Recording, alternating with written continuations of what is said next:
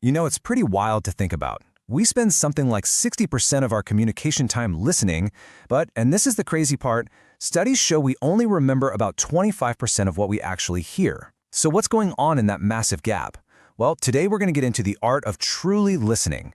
This isn't just about hearing noise. It's an active skill that can literally change every single conversation you have. Oh, you know that feeling, right? You're pouring your heart out, sharing something important, and you can just see it in their eyes. They're a million miles away.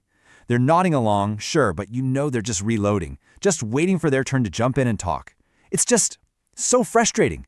It makes you feel completely alone. And let's be real, it's no wonder it's so common. Our phones are buzzing, notifications are popping up, we've got deadlines, we've got this constant fire hose of information coming at us. In all that noise, it's just way too easy for our conversations to stay on the surface. We hear the sounds, but we completely miss the meaning behind them.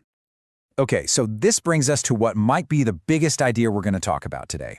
See, hearing is passive. It's a physical thing that just happens. Sound waves hit your eardrums. But listening is different. Listening is an active, conscious choice to step into someone else's world for a minute. I mean, this quote really changes the game, doesn't it? It reframes everything. Listening isn't just some boring step you have to get through before you can give your opinion. It is, in and of itself, a powerful, meaningful action. When you give someone your focused attention, which is probably your most valuable resource, you're showing them they matter. You're showing them you care. Let's just break this down, because this slide says it all. Look at the left side, passive hearing. It's all about you. You're just waiting for a pause so you can talk. You're building your counter-argument in your head. You're distracted. It's like a debate. But now look at the right, active listening. The whole goal shifts. It's not about winning, it's about connecting.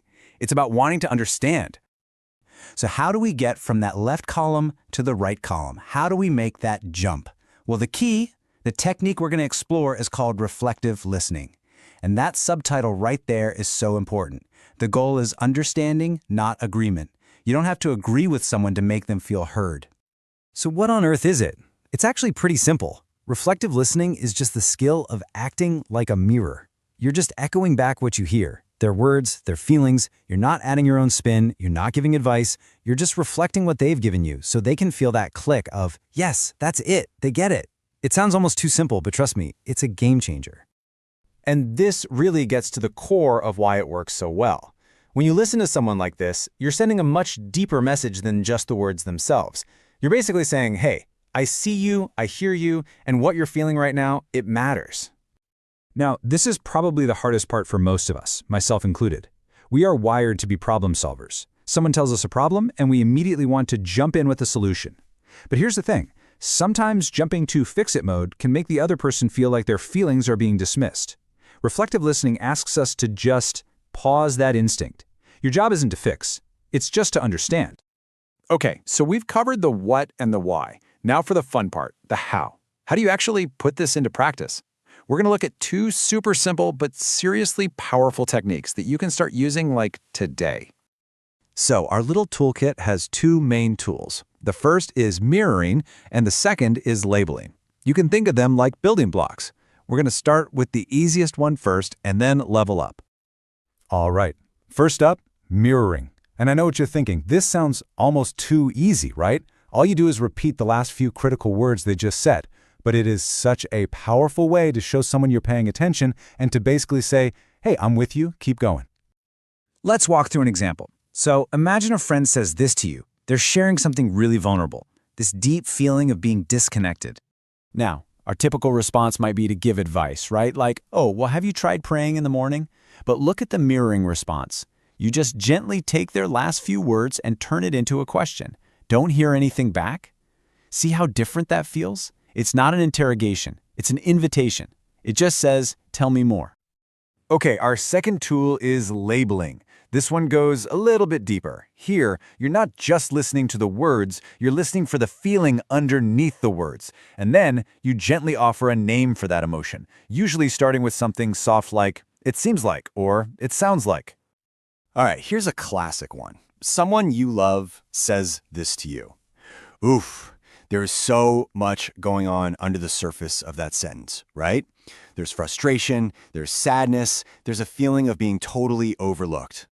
Now your gut reaction might be to defend yourself. I'm not always busy, but a labeling response avoids that trap. It cuts right to the heart of it. It seems like you're feeling neglected and unimportant. See, you're not arguing the facts, you're acknowledging their feeling, and that is what builds a bridge. And here's a little pro tip that makes both of these tools 10 times more powerful. After you mirror, or after you label, just shut up. Seriously, be quiet. It's gonna feel a little awkward at first, but you have to resist the urge to fill that silence. That quiet moment isn't empty space. It's a gift. It gives them room to think, to feel, and often to share something even more important. So you might be thinking, okay, this sounds like a lot of work. And it is, at first. But why should we bother? Why practice this stuff? Because the payoff is absolutely huge. This isn't just about being a better talker. It's about building way stronger, deeper, more meaningful relationships.